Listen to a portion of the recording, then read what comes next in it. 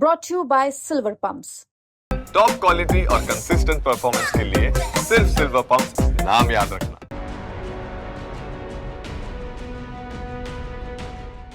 बिहार में इस साल के अंत में विधानसभा चुनाव होने हैं। ऐसे में सभी पार्टियां अपनी अपनी तैयारी में लगी हुई है। इसी बीच विधानसभा चुनाव के लिए हुंकार भरने आज केंद्रीय गृह मंत्री अमित शाह पटना पहुंचे थे। अमित शाह के आते ही सीएम आवास पर एनडीए के नेताओं की बैठक हुई थी। अमित शाह ने एनडीए के नेताओं को जीत के कई मूल मंत्र भी दिए। लेकिन इसी बीच आपको बता दें कि एनडीए की इस बैठक में अमित शाह को तमाम नेताओं ने अपने अपने सीटों की लंबी लिस्ट भी पकड़ा दी है।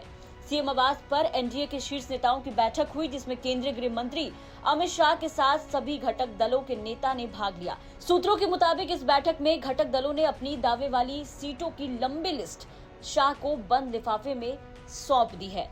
अब बीजेपी इन दावे वाली सीटों को लेकर अपने स्तर से काम करेगी। बीजेपी देखेगी कि जमीनी स्तर पर घटक दल जिन सीटों पर अपना उम्मीदवार देना चाहते हैं उसकी वास्तविक स्थिति क्या है, कहां पर कौन सी पार्टी मजबूत स्थिति में है और वहां से किसके खाते में कौन सी सीट देनी चाहिए ताकि वो अपने उम्मीदवार वहां से उतार सके। एनडीए में सीट बंटवारे के पहले ये महत्वपूर्ण कदम माना जा रहा है। बता दें कि किसी भी घटक दल के नेता को दूसरे सहयोगी दल की तरफ से दावा किए जाने वाली सीट की जानकारी नहीं दी गई। इस बैठक का एजेंडा पहले से तय था। सभी दलों के नेता अपने साथ अपने अपने दावे वाली सीटों की लिस्ट लेकर इस बैठक में पहुंचे थे।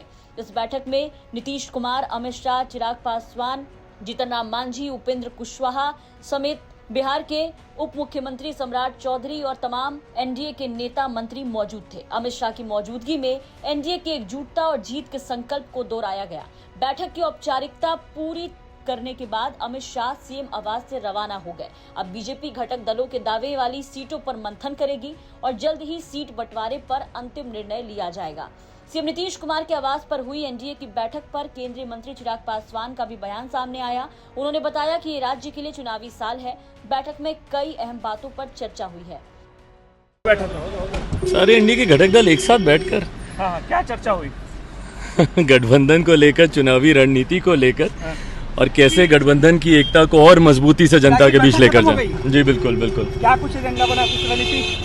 बस चुनावी वर्ष है, गठबंधन कैसे और मजबूती से जनता के बीच जाए, तमाम विषयों पे। फिलहाल एनडीए की बैठक खत्म करके और बिहार में हुंकार भरकर अमित शाह वापस दिल्ली के लिए रवाना हो गए हैं। अब इंतजार है सभी को एनडीए की सीट बंटवारे का कि किसके खाते में कौन सी सीट जाती है और सीट बंटवारे में और आगे क्या कुछ एनडीए के बीच में देखने को मिलता है।